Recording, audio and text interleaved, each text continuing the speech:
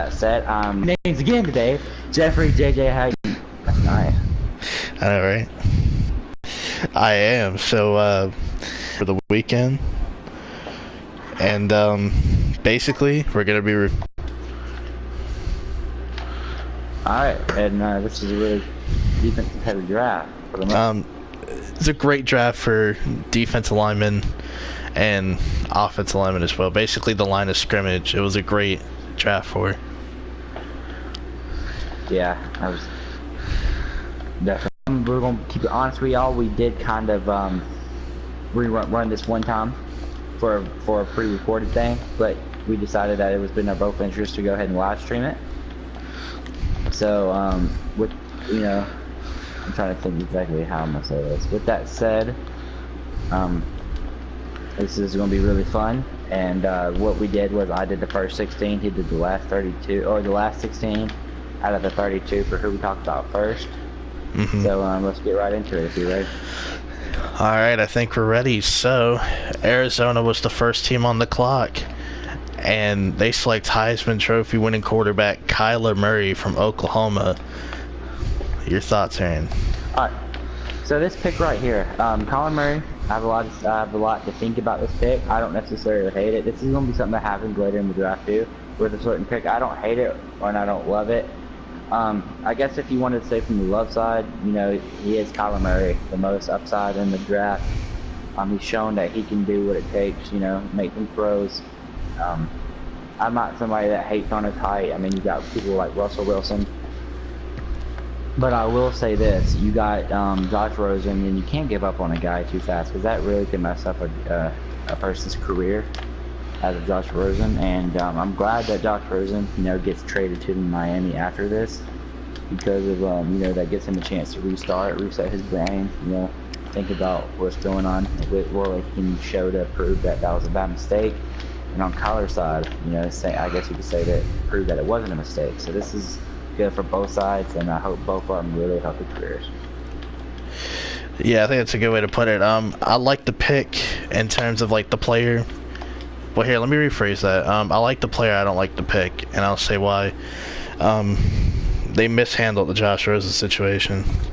If they didn't make it so blatantly obvious who they were going to select, I think they could have got more for Josh Rosen instead of a second and a future fifth. Which, when we get to Miami's perspective, which is the team we went to, we'll talk about it a little bit more in depth. But I like Kyler Murray for sure. He was my quarterback number one. There's a lot of things to like about him in terms of, the arm talent, his mobility, how he escapes pressure and how he handles pressure in terms of like the pocket collapsing. So there are definitely things to like about him. However, the Dolphins mishandled all of this. And I know people are not necessarily big fans of Cliff Kingsbury and Kyler Murray, but if you're going to be mad or lash out at anyone, it should be the organization. How so? Let's see. They mishandled their last year's first-round pick. They traded up to get Josh Rosen. Let's not forget that. Which means they gave away draft capital to get a guy that they later traded away for. And then you basically kind of being wishy-washy about taking Kyler Murray or taking best defensive player available. And of course, when it got too late, you hear all these smokescreen rumors about they're undecided, which I didn't buy into from the beginning. So that's basically all I have to say about it. It's a good player for this team, but it was a bad pick because of how they handled the other quarterback from last year. Yeah, for sure. So we pretty much expressed how we feel about this pick. So we ready to go to number 2? Absolutely. At number 2, it is division rival San Francisco. The 49ers ended up selecting edge rusher Nick Bosa from Ohio State. Of course, his brother, Joey Bosa, an NFL player. How do you feel about this pick for San Francisco? This was a really good pick for San Francisco. I mean, there was a better player on the board as Quentin Williams. But with that said, Joey Bosa shows a lot of upside. And, I mean, not to be this guy, but I will be for a second. it would say that I would be lying if it said that it helps him a little bit knowing who his cousin or I don't know why I messed that up, but he has a family member in the NFL, and so that's gonna really got him more attention than he could have ever had, and it ended up helping him. I like the way he plays. This is a pick that they could have went multiple directions, like I was getting at. But Right. I like what they have in store with him, and I feel like this was a really good pick. We're going to see more on him this year. Especially during the preseason, they're going to give him a good load to see what he can do. And I feel like he's going to have. This is going to be a weird thing, but I feel like he's going to have a really good preseason just to show them that they made the right choice. Yeah, absolutely. I love the pick. Probably the best fit for San Francisco, because over the years they've been drafting a lot of, without being disrespectful, 3-4 defensive ends for a 4-3 defensive scheme. And Solomon Thomas really wasn't playing that well on the edge, so you get a true edge rusher in Nick Bosa, who is going to have a little partner in crime, D Ford, who they got for like a second-round pick in next year's draft. And there's some flexibility there now on your defensive line. You have Eric Armstead still, DeForest Buckner, Solomon Thomas is there. You can kick him inside. And the defensive line definitely improved with this pick. Fair to say. Yeah. Wait, I gotta work on this transition, man. I don't know what to say to get to next pick. And with the third pick, Yeah. the New York Jets select Quinnen Williams, defensive tackle from Alabama. He will be going to the Jets. Yep, joining Leonard Williams. This is the best pick possible for them right now, in my eyes, because you got probably the best player in the draft, arguably, as of Quinnen Williams going to this team. And I'm not going to say this quite yet, but this is a team that are actually showing that they might be doing something good. C.J. Mosley, they got certain players in this free agency, and they almost had Anthony Barr, so that just shows, But this is a really good pick because that defensive line is going to be nice. You got your linebacker. You even got a safety later in the draft. I'll let you say the joke from what I know what you're going to bring up. So I'm going to hand it over to you. I know what you're going to bring up about what he did. So. Yeah, he's a very humorous guy, isn't he? Quinnen Williams was the #1 player on my board entering this draft. That doesn't mean he'll have the best career. I'm just saying, entering to this point, best player on the board. So he goes to the New York Jets. Greg Williams is going to stick with the 3-4. He's traditionally a 4-3 guy. So I'm interested to see what Quinnen Williams' role will be. Is he going to be a nose tackle? Are you going to play him at 3-4 end? I guess we'll find out as the season progresses. But a very dominant player at Alabama. Very productive as well. Got better every year. Granted, he only played like 2 seasons, and it was his first one really getting a big role. But definitely took advantage of it. And the joke, in an interview, he blessed himself and thanked himself after sneezing.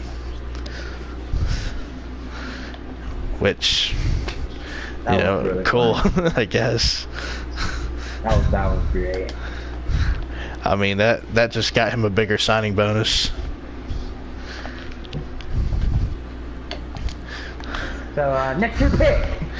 Next I'm gonna pick. do that now. That's my next thing. I don't care. Argue with me later. Next pick, the Oakland Raiders had a big surprise in mind, and their surprise was going with edge rusher Cleveland Farrell at pick #4 overall, the defensive end from Clemson. Yeah. I'm gonna make this short and simple. Well, I'm probably not, but I always say that. I really wasn't the biggest fan of the pick, mainly because of who they could have got.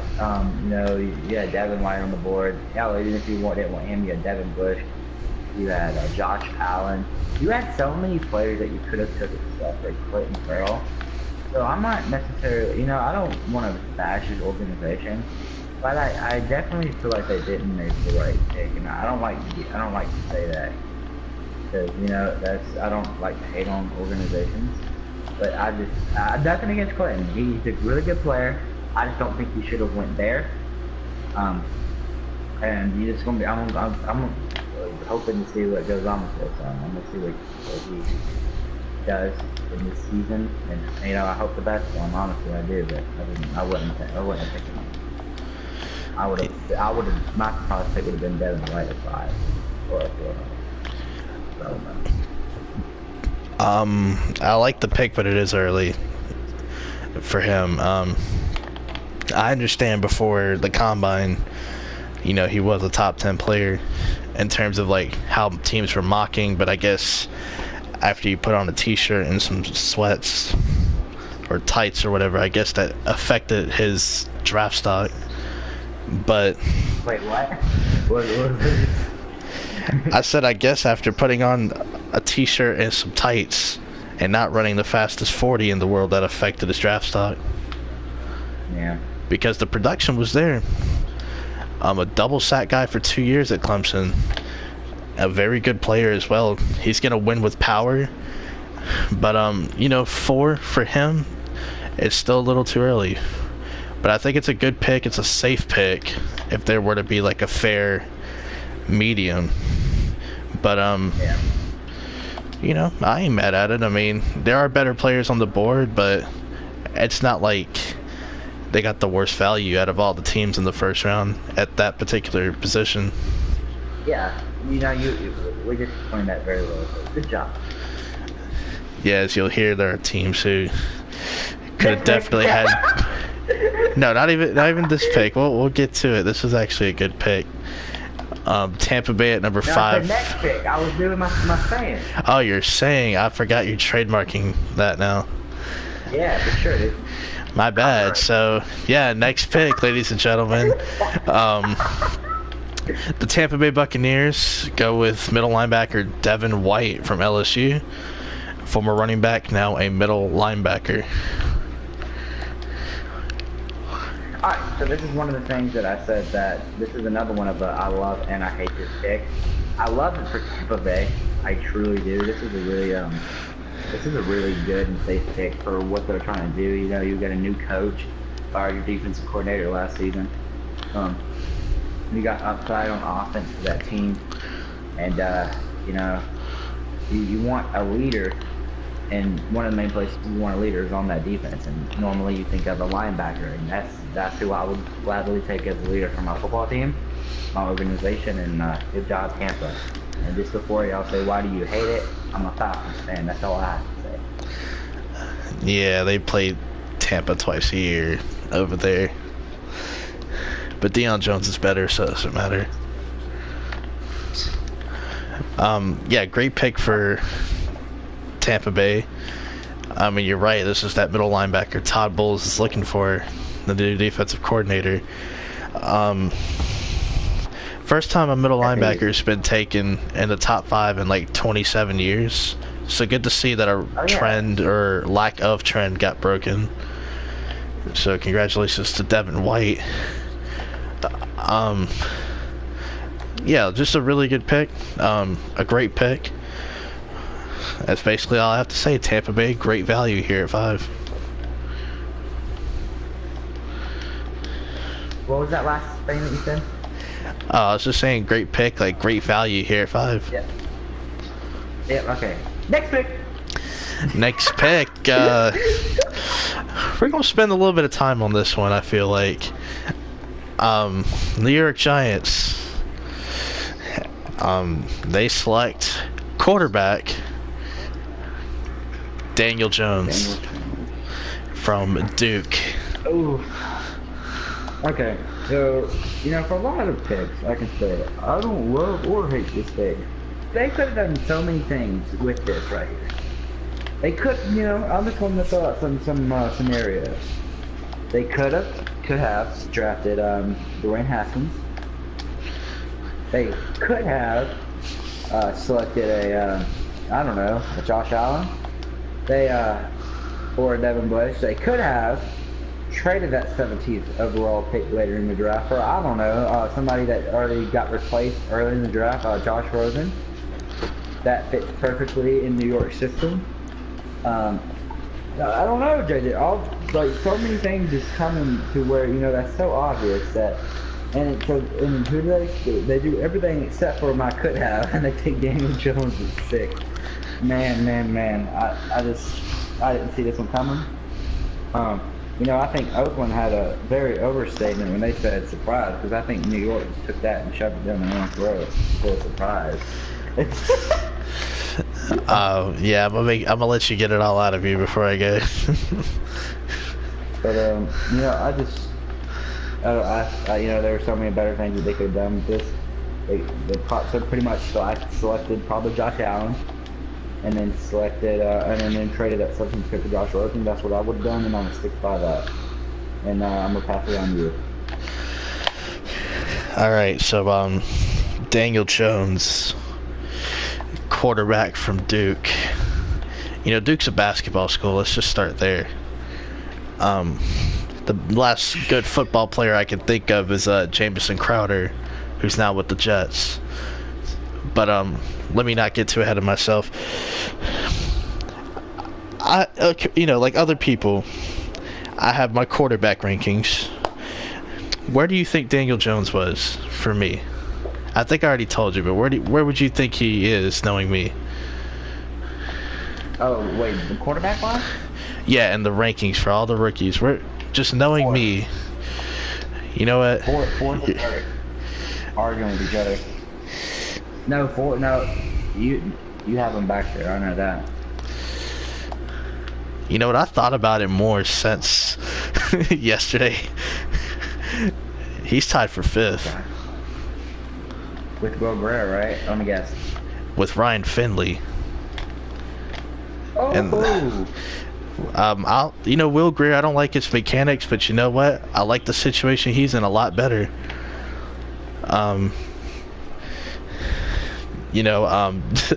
Daniel Jones. And yeah, it's almost like I listed those situations somewhere. They could have had Josh Rosen. And hell, if they could have gotten a 2nd-round pick for him, they could have went best offensive lineman in like 17 or something. But instead, they take tied for the 5th best quarterback on my rankings, pass on Dwayne Haskins, potentially Josh Rosen, because we knew they were interested for a little while. But they go with not the best pick. Now there are things about Daniel Jones that I like. I like that he's mobile. I like that he can throw short, but a pretty average arm in my opinion. Nothing really stood out to me aside from his escapability when he's able to run and try to make something happen. But you can't do that forever. There are going to be times where you're going to have to be forced to actually make reads. And he only threw 59% in college. A lot of quarterbacks who throw under 60%. A lot of quarterbacks who throw under 60% in college don't necessarily bring it up that much in the NFL. So at best case scenario, unless he just goes on to have a crazy Hall of Fame caliber career, he's probably going to be under 65%. And that's me being generous. So I don't like the pick. I mean, it makes Cleveland Farrell look like a right, selection at number 4. Yeah.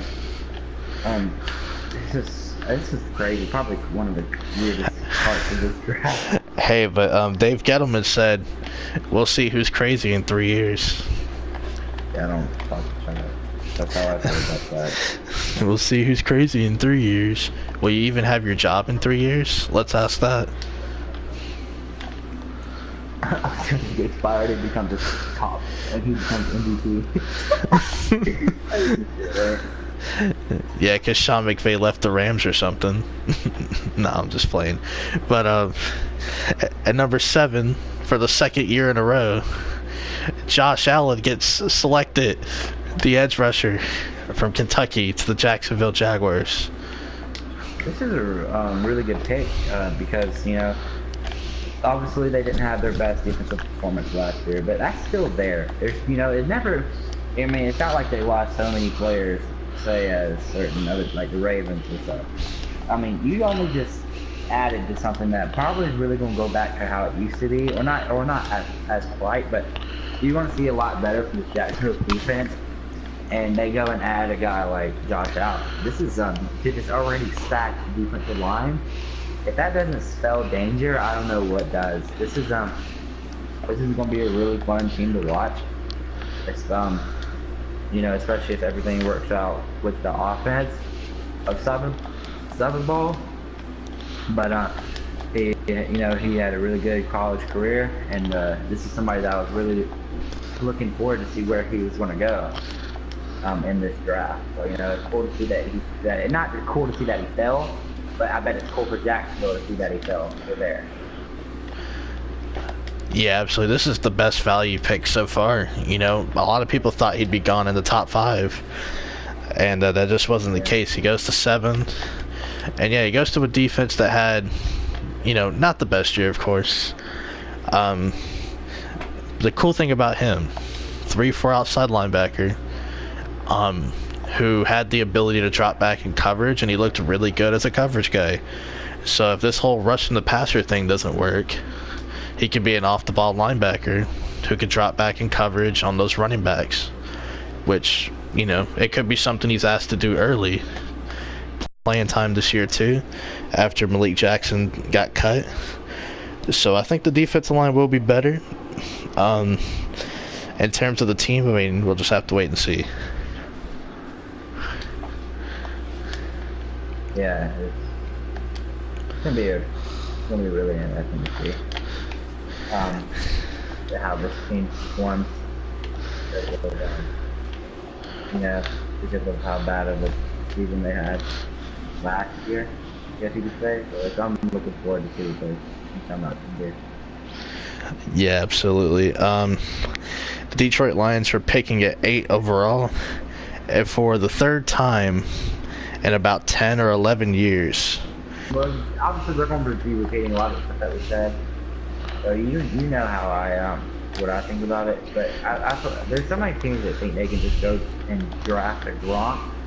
Gronk is a one-in-a-lifetime talent in my eyes, and I don't see I don't think it's possible to draft another draft, or not say it's not possible, but it's probably not likely because of what Gronk did in his. You know, I wish he could. You know, I'm gonna say short career because he could have played longer, but obviously he's one of them guys that likes to explore his options. He has a lot of interest too. Yeah, so you know, I hope the best for TJ Hawkinson. This is a really good pick for them. Still, that doesn't mean I hate the pick, by the way, guys. It's just I hope they didn't pick him just to find the new Gronk. You know? Yeah. I like this pick for Detroit, and I know I've bashed. Well, some people will call it bash, and some will call it fair criticism. I know I've been a little harsh, I guess you could say, on Matthew Stafford, but this is a combo tight end right here. I wouldn't say baby Gronk, but maybe a lesser athletic Delaney Walker, a guy that could block very well and catch over the middle. I think that's a safer, more respectable comparison. But I will say this is a good combo tight end, and what made Gronk so special wasn't the fact that he was just a stud athlete. It's the technician, him being so technically sound, so fundamentally sound as a tight end. It's more than just running fast. But I like the pick nonetheless. Yeah, I'm saying, dude, that wasn't a bad pick. I want to make sure they're drafting him for the right reason. With that said, my quote of the day, next pick! Next pick, number 9 overall, the Buffalo Bills. They're probably laughing at some of these teams, but they get Ed Oliver, defensive tackle Oh, from yeah. Houston. This is you know, a lot of people have different hates and things to say about Ed Oliver. I like him. You know, obviously people want to say stuff about his size or whatnot. But you know, I mean, you got to look at other players in this league that uses their size and don't like the size of Houston. I like to use that saying. I don't know why. It's just it makes a lot of sense in what I do or what I like to think about. So, you know, but Ed Oliver, you know, for his size, he does very well in that position, and I wouldn't even mind him on the Falcons, honestly. You know, as a Falcon fan, I mean, you know, I gotta say that. You know, I gotta rep. You know, I'll let you rep later after time, young fella. But I like Ed Oliver, and I'm really excited to see what he can do in the National Football League. Absolutely, and it was a need as well with Kyle Williams retiring. But a great pick. Probably my favorite value pick up to this point because he is a top 5 to 7 talent who went at number 9 because he's undersized. My only question about, you know, a player is, can you play? And this guy can play. I'm pretty sure he'll be asked to do some different things. Probably rush the passer from the interior. Maybe they have some weird packages where he's playing defensive end. But I hope they keep him at defensive tackle because he's a dominant player. And by the way, since you said you'd like to see him on the Falcons, I'd love to see him next to Kenny Clark and Mike Daniels too. I wouldn't have been mad at that at all. For sure. Because he is an absolute beast. And this is a great pick from Buffalo. One of my favorites so far. Yeah, this is, you know, I feel like we've pretty much said a lot about what we could so far about this pick. So, like it. Next pick. Well, next pick, we got a trade, ladies and gentlemen. The Pittsburgh Steelers made a deal with the Denver Broncos to trade into the top 10 at number 10 to get middle linebacker Devin Bush from Michigan. This is, you know, very good organization in Pittsburgh to do what they just did. You know, they saw a player that they wanted, they trust, and they made the move for it. This is probably the saddest part about this pick is me and you both know why they made the pick. Yeah. It's to replace Ryan Shazier, which is very sad because, you know, I know how you feel. I hope he plays football again. Probably not, though. Yeah, it is sad to say. It was a great pick from Pittsburgh.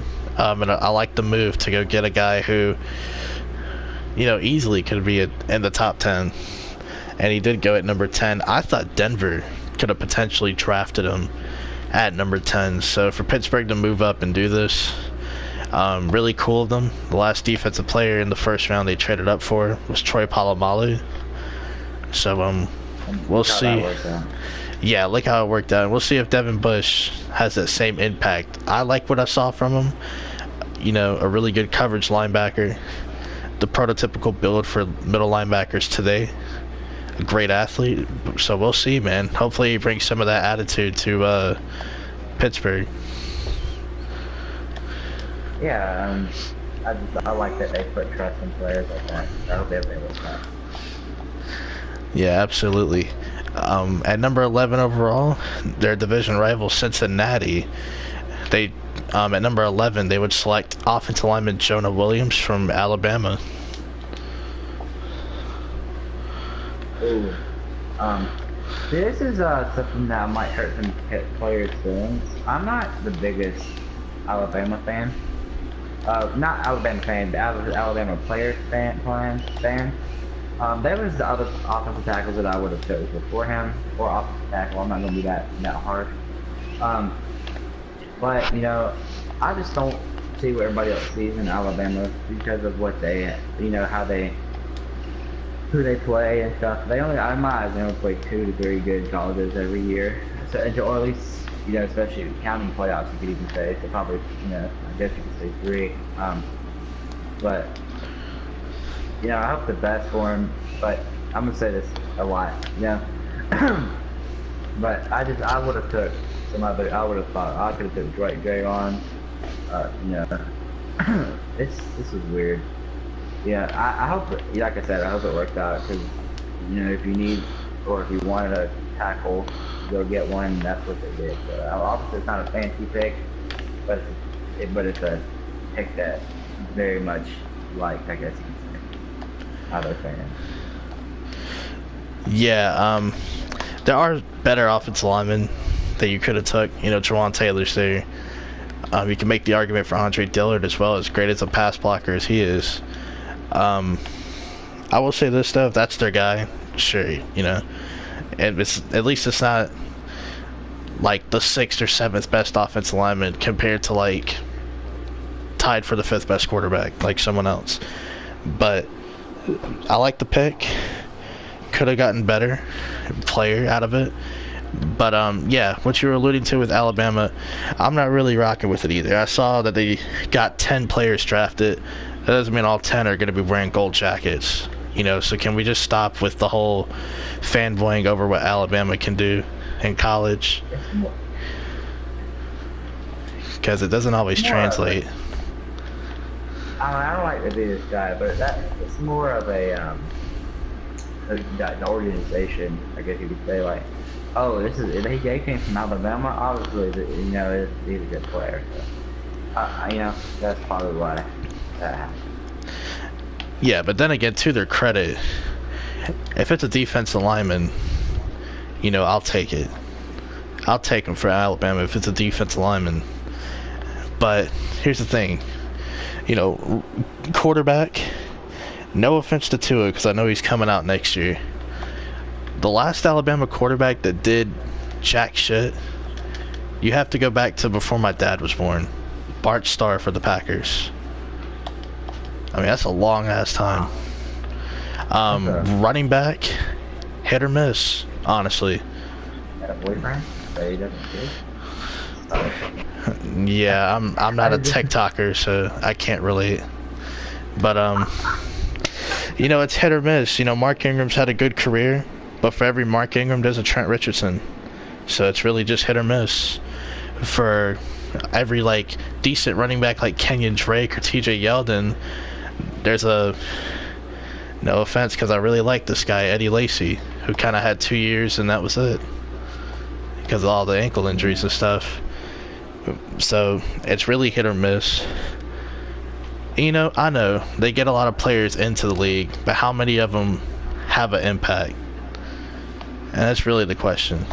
Of course, they have a lot, but for them to have so many, you would expect a little bit more.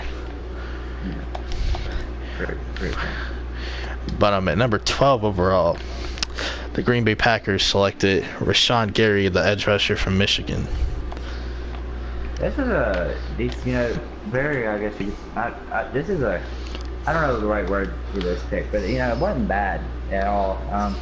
This is a pick, and they had in that pick ranger, you can go anywhere with the players up on the board. This is especially because they end up getting a certain player later in the draft. I like it, just because they said they set aside his shoulder injury history. And they said, I want you, and I respect that. Rashawn Gary is a really good player. This is something I'm gonna let you talk about a lot, especially since it's your team that drafted him, how you feel about him. But from my side, no hate towards Rashawn Gary, and I feel like he's gonna have a good career. Well, thank you. A guy who's played inside and outside on the defensive line at Michigan. I know people are bashing him because of the whole production take of saying, he wasn't the most productive guy in terms of sacks. Number one, he always had the pressures.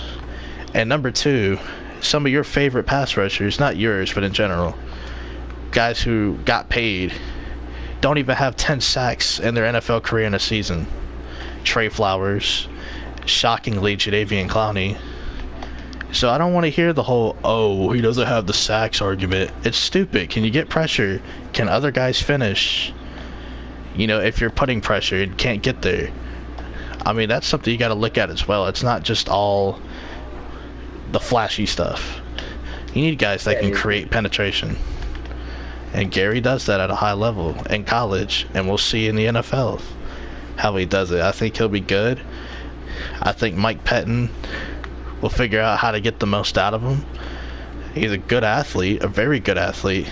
Ran under 4.7 for a guy, you know, as big as him and good size and all that. So we'll see how it works. That was so emotional. I really liked what you Thank you. You're gonna hit us with the next pick, like the quote next pick. Next pick. All right, the Miami Dolphins at number 13 overall selected defensive lineman Christian Wilkins, who almost knocked over Roger Goodell, which was great. Did you say Miami? Miami, yes. Well, I'm just kidding. The reason I said that is because of the whole trade. But anyway, this is, you know, I like this pick. I like Christian Wilkins. I feel like this is one of the people that the Falcons were looking at. This is so that, you know, this is a good pick by Miami to take. Christian Wilkins is really he's gonna show out. You know, he had a really good. What would you say for college? You can't say career, can you? Because, what would be the word? He had a very good what in college? Could you use the word career? Yeah, you can use career. I think that's a fair. Well, you see the reason I would ask, right? Because you know right. He's for career. But anyways, he's gonna have a really good year, or not year. He's gonna have a really good career with Miami, and this is probably one of the best picks they could have took right here. And no hate towards them for taking him. You know, not only do I like this pick, I like what they did throughout the draft as well, which, you know, future lives or videos or whatever, we could dive into what all they did. But for this particular selection, Christian Wilkins, I like it. He was a very good player at Clemson, very consistent as a run defender and a pass rusher, and he comes in and he helps the team immediately and long term as well, in my opinion. And I think he will have a good career, and he'll be a high energy player for that defensive line. Again, another emotional speech. I don't know what to say. Well, it might get more emotional here. At number 14, the Atlanta Falcons selected guard Chris Lindstrom, the guard from Boston College.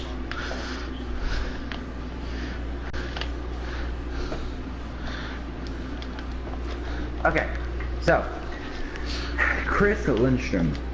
This is a pick that, if you were at the party with me, I didn't really know how to feel about this. I was not in the best, you know, happiness state after this pick because of where they took him. It's not because of the position. I'm not one of those fans that say, "Oh my God, a guard! Oh my God, a tackle!"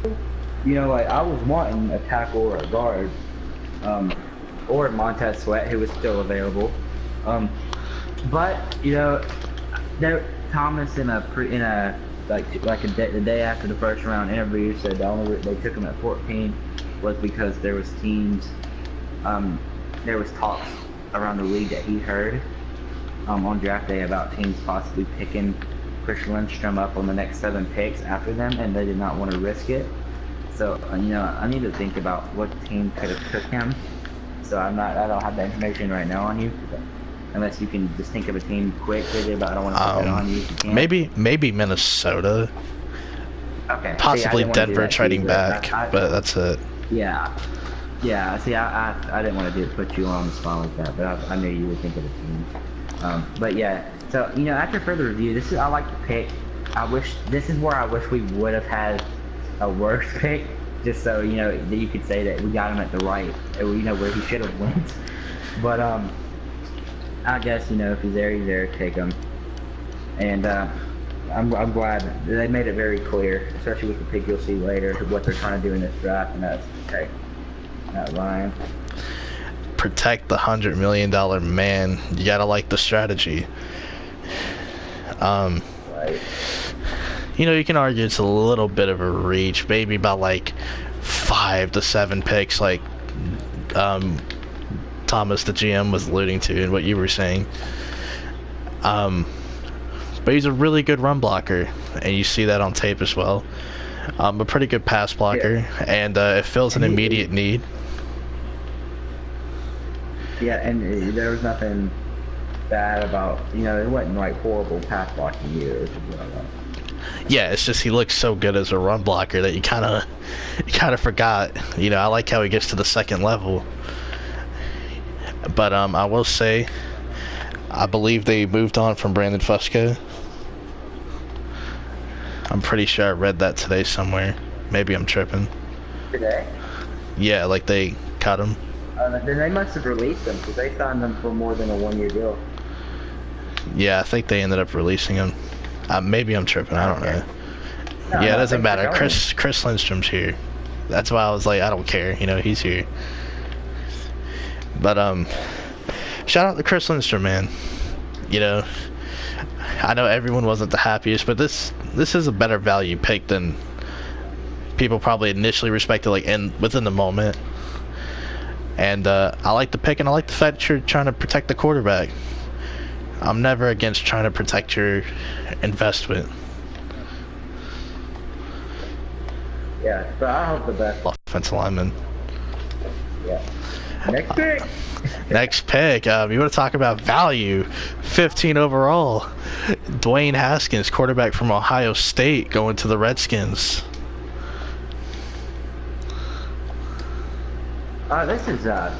This is a really good pick for Washington after Alex Smith went down.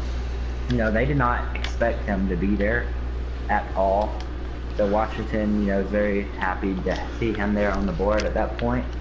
And I'm pretty sure that after Daniel Jones went off, or after Dwayne Haskins didn't go off after New York's pick, that they knew that he would still be on the board at their pick. So that's that's pretty cool for Washington. It's going to be interesting to see how Haskins does with that system. I'm very excited to see how he shows off or what he does in the preseason, so I can look at him a little bit more with that system. And I'm gonna pass it on to you. I really like the pick, and I like the value a ton because you suckered your division rival Giants into selecting a different quarterback. And the better quarterback right now, anyway, in Dwayne Haskins. When they made the selection, you looked at the roster just based on this one selection alone, not knowing anything else. You're probably like, damn, who the hell is he supposed to throw the ball to? Is his offensive lineman even healthy? But as you see later on throughout the draft, I really liked what they did overall. But focusing on this pick, the only dude you got to beat out is Case Keenum. And that's going to be easy for Haskins, I believe. No offense, really but, all I'm saying is, that one Cinderella year with Norv Turner and Pat Shurmur and that offensive staff, like, get over it. But Haskins, I'm happy for it. I think he ended up in a better situation. With the Giants, they would have been needing more help, I guess is fair to say, overall as a team, whereas Washington, kind of a gritty team defensively and offensively, if the playmakers do their job and Haskins can get that ball off to him and the offensive line's healthy, I like what I see so far. Another emotional statement. All right, this is the last pick. You have to start off the whole thing, but 16th overall, Brian Burns, the edge rusher from Florida State, going to the Carolina Panthers. Okay, so Brian Burns, this is not a bad pick, but like Montez Sweat's still there, so I was crossing my fingers that they did not take him. So I was really very excited to see that they didn't take him. from the organization though, that's a really good pick as in Brian Burns. But from the Falcons fan, a rival, I'm glad that they picked him other than Montez Sweat. That might come back and bite me, but as of right now, I'm happy that they picked Brian Burns because of that reason. But I feel like he's going to have a decent career. I don't like to predict numbers. I'm not that type of guy. But, I definitely expect, a very good season. Or not a good career. Alright, I really like this pick. Whether they would have went Burns or Sweat, I would have liked the pick anyway. I would have felt the same. This is a good fit for him. This is a team that desperately needed edge help after Julius Peppers retired and Mario Addison getting a little older. And they filled that need. And again, like I brought up with Miami and Washington, overall, I liked what they did in this draft. But at 16 overall, excuse me, I liked what they got in Brian Burns. Better run defender than people give him credit for. The only concerns was, kind of like Ed Oliver, his size, the weight a little bit, because he's undersized, according to some. Daniil Hunter for the Vikings plays undersized, and he seems to be just fine. And that was my comparison. Not that I do comparisons, but in terms of being able to play quote-unquote undersized and do it at both levels as a run defender and a pass rusher, I thought he was pretty good.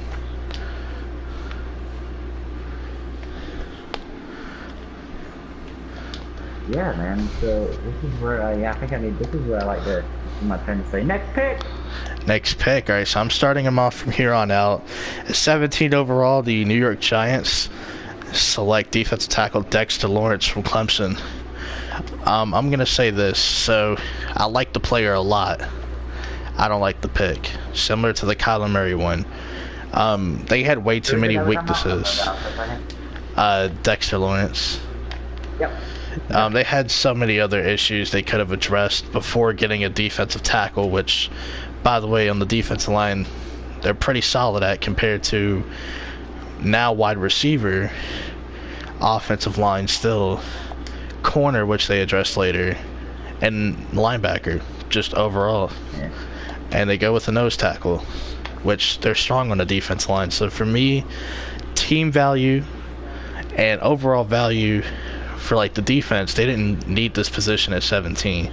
And you traded your nose tackle, arguably the best one at the time, Snacks Harrison, for a 5th round pick, just to go at pick 17 and get one.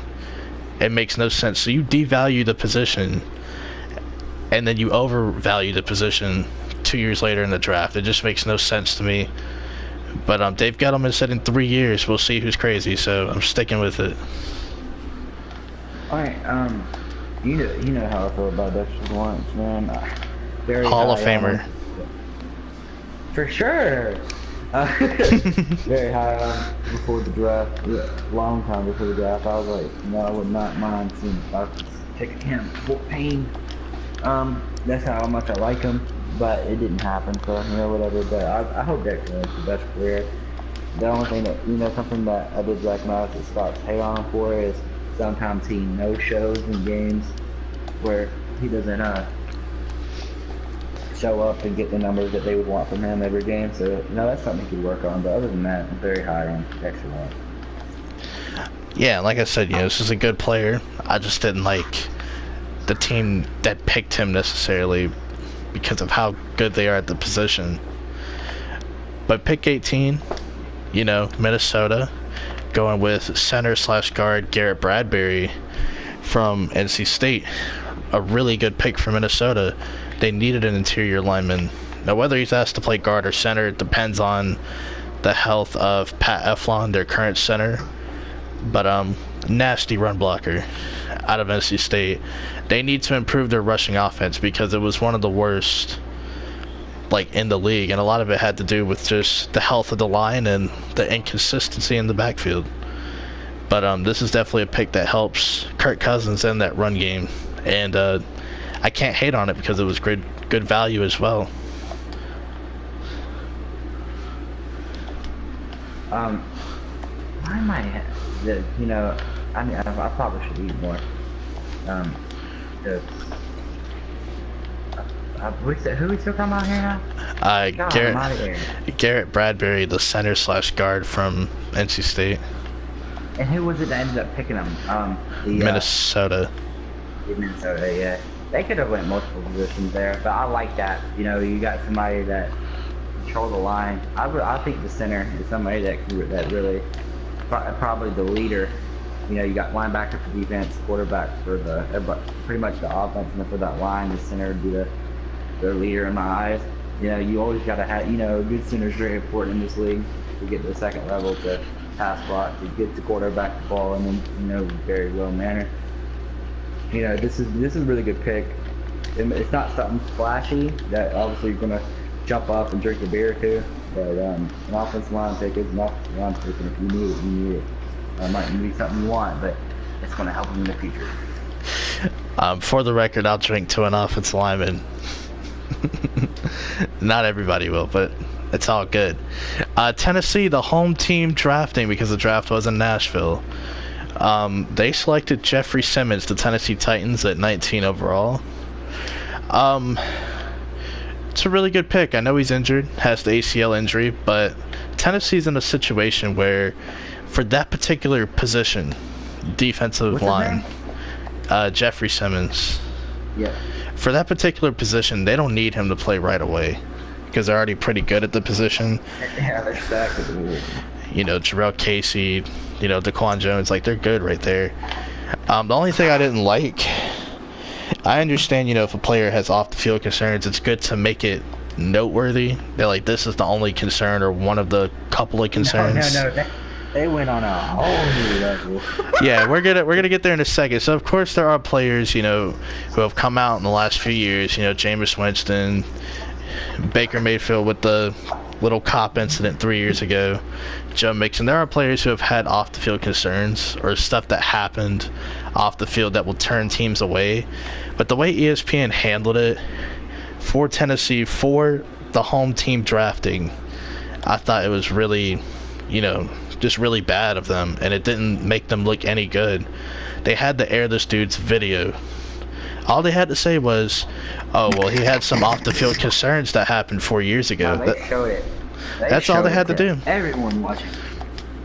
I mean, whatever, I guess, but it was a very scumbag move of them, and all they had to do was say, well, he did have an incident 4 years ago, but ever since then, he's done a lot of community work, he's been a model citizen. That's all they had to do. But nah, they had to show the footage as well and paint him as some bad guy and make him look bad image-wise on his biggest day of his life, besides graduation, probably. But no, bigger than graduation. Honestly, you don't I mean, get paid to graduate. Well, shoot, I you did. have to pay to graduate. That's the difference. No, you have to pay to graduate. You don't get paid to graduate. I paid and I got paid. Oh, no, you got paid. Never mind. Nah, never mind. Yeah, you got paid. We don't talk about that on air, though. It's not like they said, hey, we'll give you $100 to walk the stage. I got that a week after as a reward for graduating. Walking. Graduate. Never mind. Alright. Oh, you shouldn't do that. Okay, you ready? Go for it. Oh, yeah, man. Wait. Then Aaron, okay, my turn to talk about the guy. Yeah. I really like him. They have, a lot of people mock drafts, they have him going 31, 32 in the draft, and I knew personally, or a lot of people knew that he should go higher, but it was because of that injury. And I respect teams that go out on a limb to pick somebody that's injured, just to, you know, just to prove that, you know, that they trust it, that they believe in this player. And I'm glad, and, you know, I'm glad that they believe in the player. I hope the best for him. I hope that, you know, that doesn't discourage the kid. That video being shown, but that's tragic the way that happened. Yeah, I didn't respect him for doing that. It was a very bad attempt of trying to do whatever it is they were trying to do. But at number 20 overall, remember we talked about Denver trading down. This is the pick they got, number 20, and they go with tight end Noah Fant from Iowa. It's crazy to think that 2 tight ends from the same school went in the top 20. I think it just speaks to the 2 great talents that we got here. Of course, later on in the draft, we'd find out that Drew Lock went in the 2nd round, but I'm gonna pretty much go out on a limb and say Joe Flacco is gonna be the starter until he has some mysterious hip injury again. But I will say this: Joe Flacco, regardless of how I or many others may feel about him now, throughout his career, historically, he has a better passer rating throwing to tight ends versus any other position on the field. So you look at how his career was with Todd Heap, Dennis Pitta. That's when people were calling him elite, because he was really good with those tight ends. And he has an opportunity to get a tight end that he's never had before. Just a great, ultra athlete, can play as a slot receiver. I think it's a great pick, and it helps the team, and it helps Joe Flacco immediately, makes him more comfortable.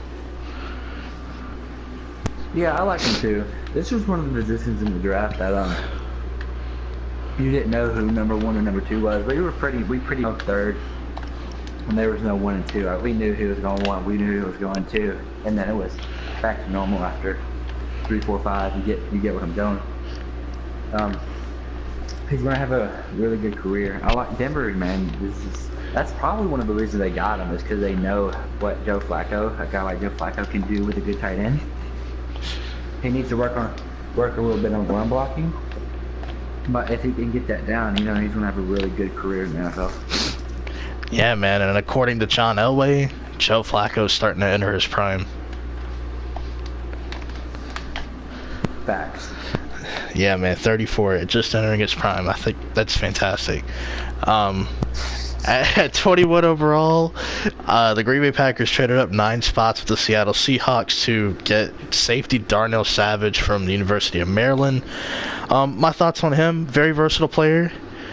Personally, on my safety rankings, I had him tied for 3rd, which isn't a bad thing. The safety group is a really good one, in my opinion. Primarily played free safety, but you've seen him line up all over the field. Similar to, if I had to make a comparison, a poor man's Eddie Jackson. Probably not as good, but a guy who can play nickel, can play free safety, a little bit of strong safety. But with Adrian Amos on the Packers, he is going to play some free safety and not boundary corner like safeties would have played like 4 or 5 years ago for the Packers. Sorry, I had to shade the old regime for a second. But I love this pick. Is it a little bit of a reach? You can make the argument. But it's a really good pick. Our GM, Brian Gutekunst, said that this was his number 1 safety, and he felt like teams a little later, towards the very end of the 1st round, were going to target him. So I respect it from that perspective. That's how we have all the info on our GM's press conferences. Yeah, it's almost like we follow our teams very closely or something. Almost, not quite. Not quite. A long ways to go. But yeah, more of the story. I like the pick. You got that linebacker safety duo. A lot of teams, man. That's pretty much what you need. You got the leader, and then you got the cleanup. When that linebacker maybe messes up, guess who's gonna come in there for the hit? You got your safety. And, that might not be the best way to think of it, but that's how I like to think of it. Brothers, man. The linebacker safety duo. That's how I like it. And I'm glad that Green Bay went to go and get somebody to help out Adrian. Not that he needs help, but I respect. I think that I'm doing. Yeah, it's always good to have guys that can play the position. Like I said, I really like the pick. And what I was saying last year, the defense improved, right? But you had to get rid of the old and bring in the new. And this is what Mike Pettin and Brian, this is what they're doing. They're getting guys that fit and not trying to work with old pieces. And I like it. Yeah, it was a good pick. But pick 22, we see the Philadelphia Eagles. They traded up 3 spots with the Baltimore Ravens, the team they traded with last year. And the Lamar Jackson trade up for the Baltimore Ravens. They move up and select Andre Dillard, the left tackle out of Washington State. Easily the best pass blocker for me. Very good footwork. Great balance as well as a pass blocker. Of course, there are questions. Andre Dillard. You know, it lags sometimes. My bad, bro. Oh, Dillard. Oh, okay. You go. Dude. Yeah. Of course, there are questions about the run blocking because they didn't run the ball a whole lot at Washington State in that offense. But as a pass blocker, the best in this draft by far. I wouldn't even play him. I would let him sit behind Jason Peters. Don't try to move him at guard. I don't want him to screw up his development. He's a true tackle, and I want him to sit and learn from one of the best. You know, that's a great way to think of it. Easily one of the best pass rushers, by the way. No, I feel like he's going to be a staple of tackles in the next, say, 10 years. Except for Jason Peters and names like that, you're going to think of Dillard, you know, and certain guys that will get brought up. And that's what's exciting, but also sad because our favorite players are going to retire and new ones are going to come in, you know? And that's why I feel bad about the younger generation or the older generation, like your dad, Patrick's dad, you know, all around, because they have to see their favorite players retire like we have or will, you know. Tony Gonzalez, Brett Favre for you feel me? Yeah, it's sad. But yeah, Andre Dillard, I love the pick. And Andre Dillard and Lane Johnson, by the way, you want to talk about two of the most athletic tackles in football when they're starting? I mean, that's incredible. Philadelphia, looking towards the future as well. I like the thinking there from their GM, Howie Roseman. But at 23, the Houston Texans, who were looking at Andre Dillard, I heard, but Philadelphia just jumped them. The Houston Texans, they go with tackle Titus Howard from Alabama State. Around too early for me personally. But I like the prospect and the potential of this player. Now, I know he played at a smaller school, you know, whatever. Kalomac went to Buffalo, so make of that as you will. This guy went to Alabama State.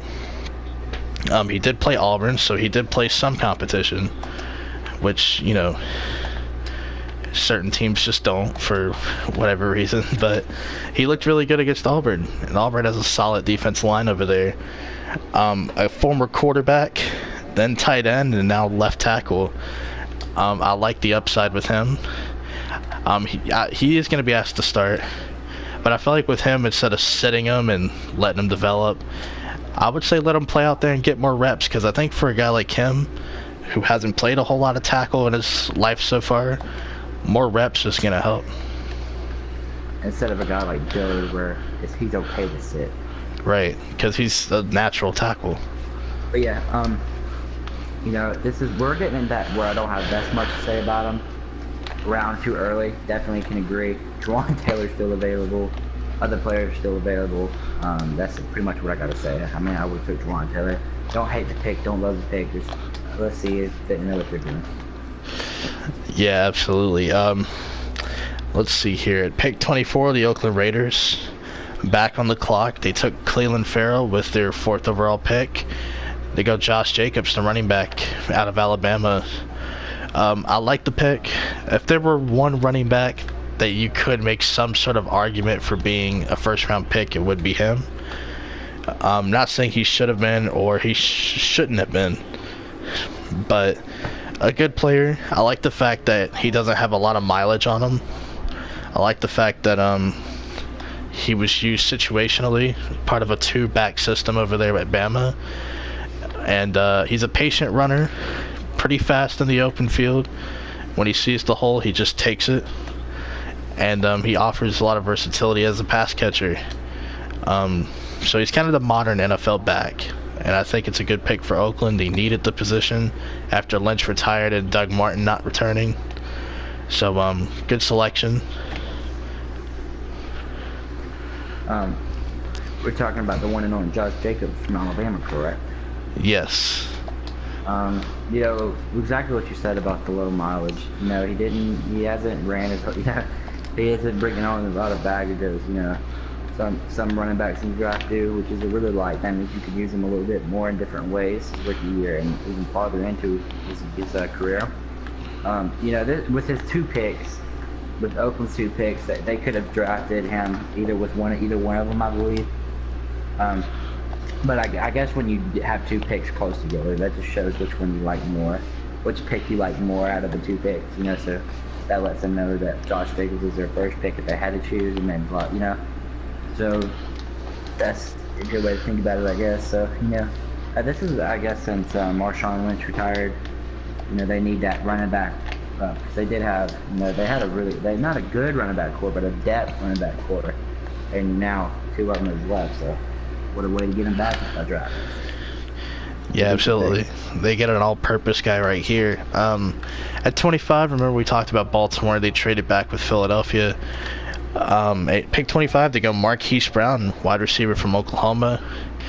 Can you really just classify him as a wide receiver? I'm going to classify him as a playmaker.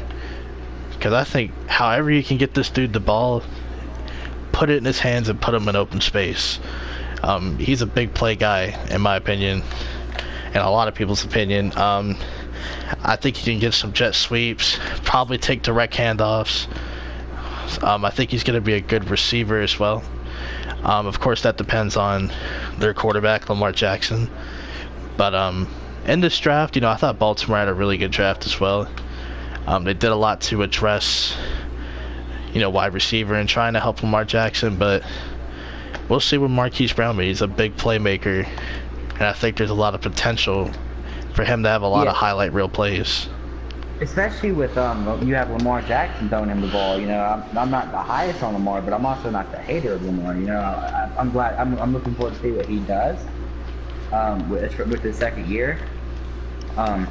And you know, when stuff comes to worse, if that line, if that line doesn't hold up, you got Lamar on the move. Who else to throw it to than Antonio Brown's cousin?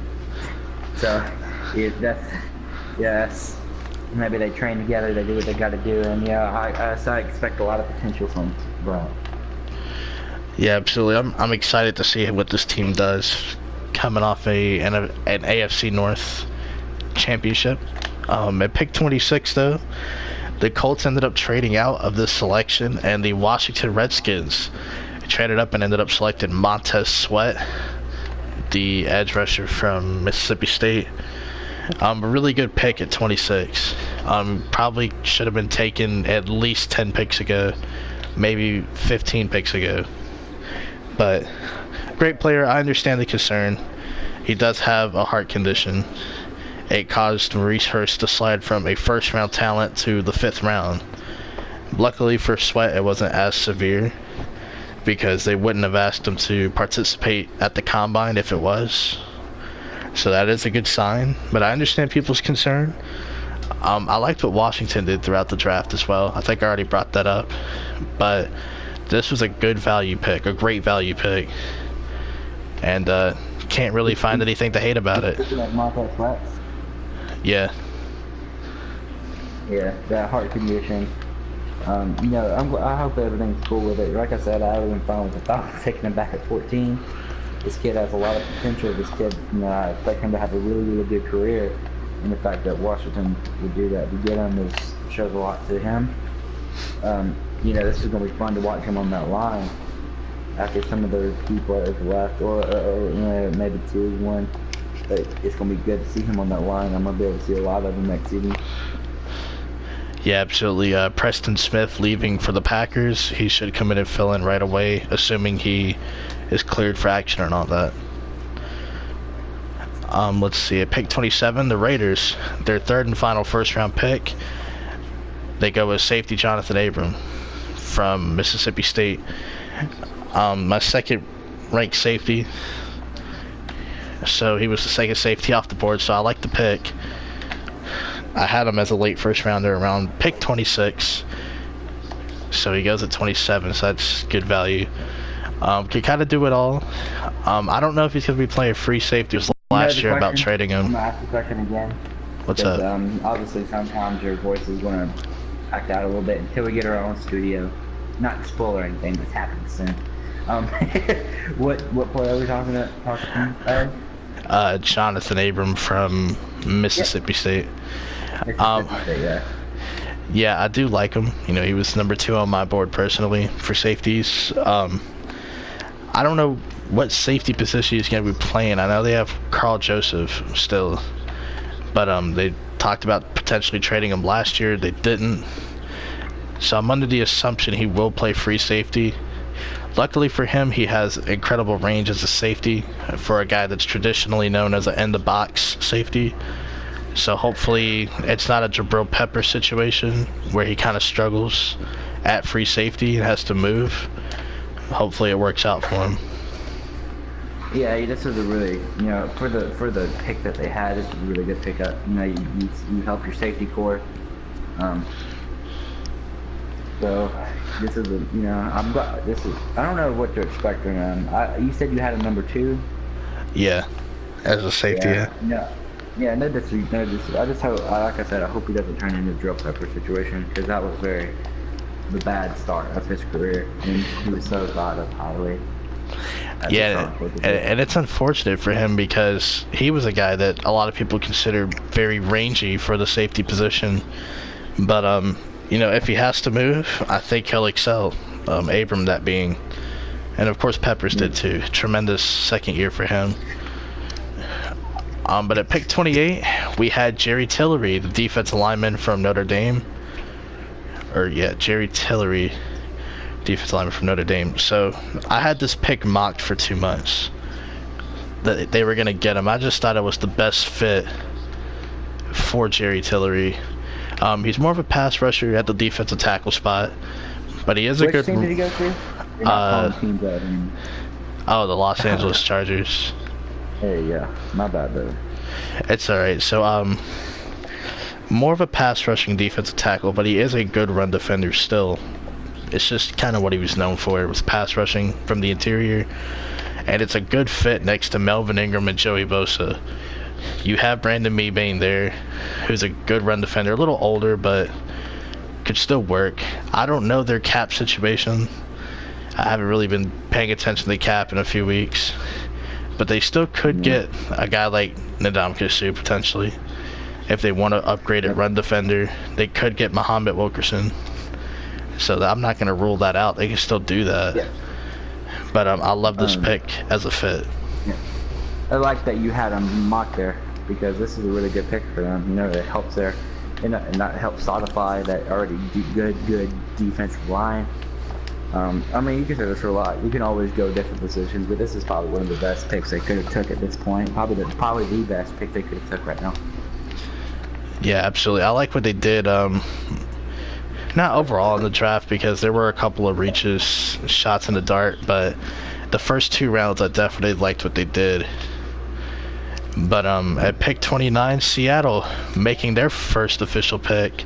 This is the first rounder they got in the Frank Clark trade with Kansas City, and they select L.J. Collier, edge rusher from TCU. A little bit of a reach.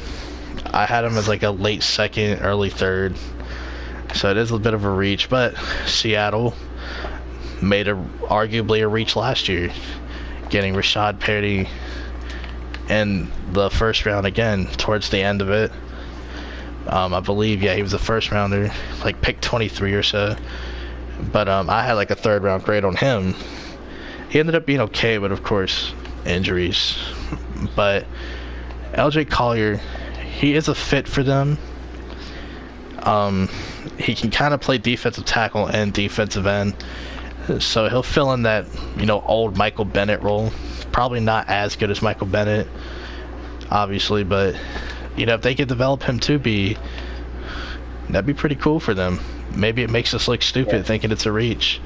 But for now, just based on the board, it was. Yeah, obviously you can't replace a guy like Frank Clark that easily.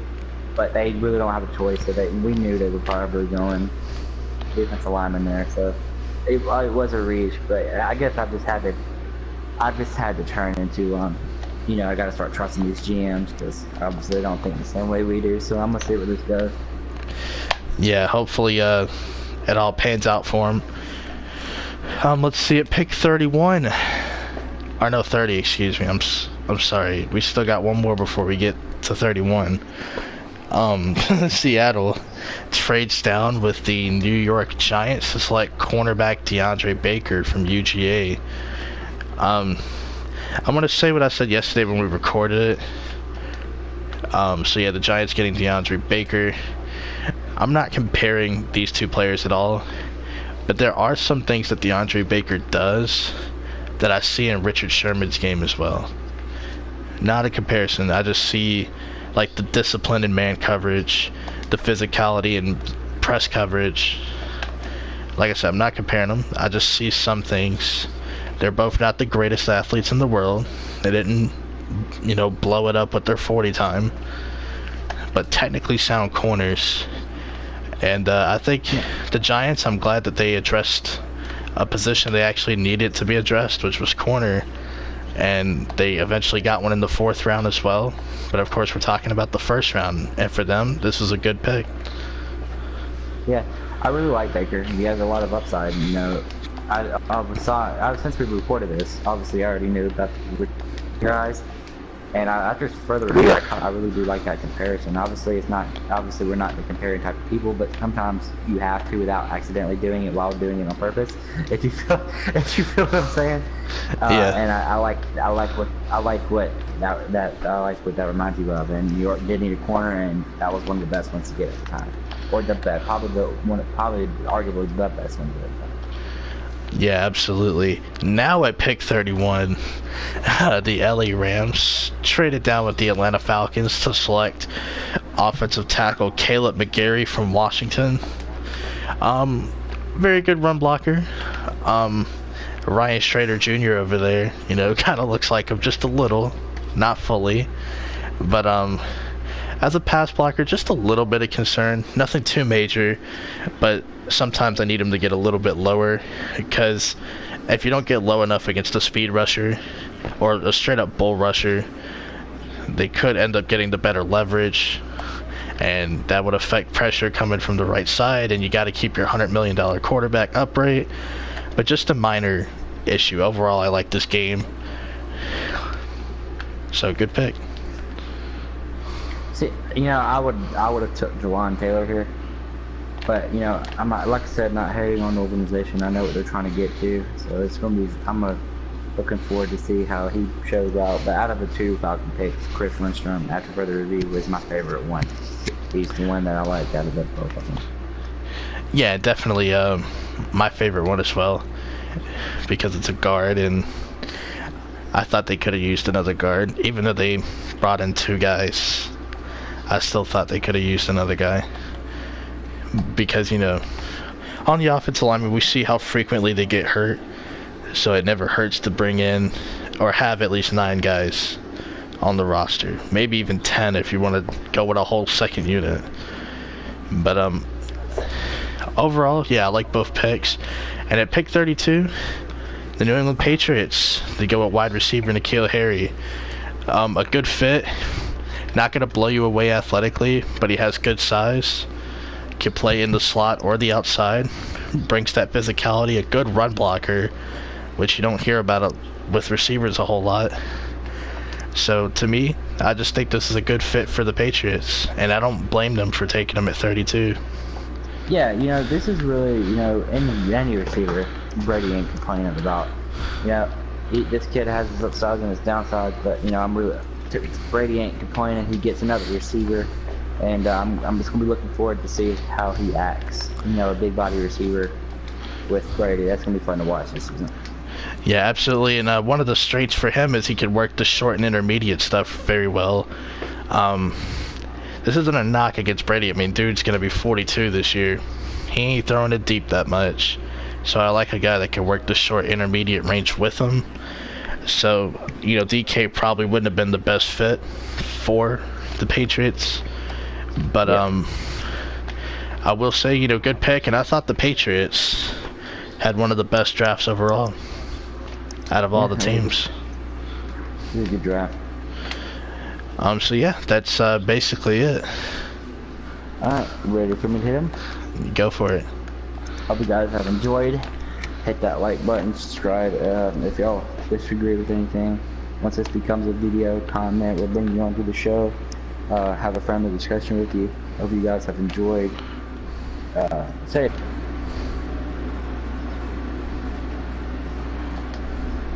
Yeah, peace out. Peace out. How many viewers do you? I'm not sure just yet.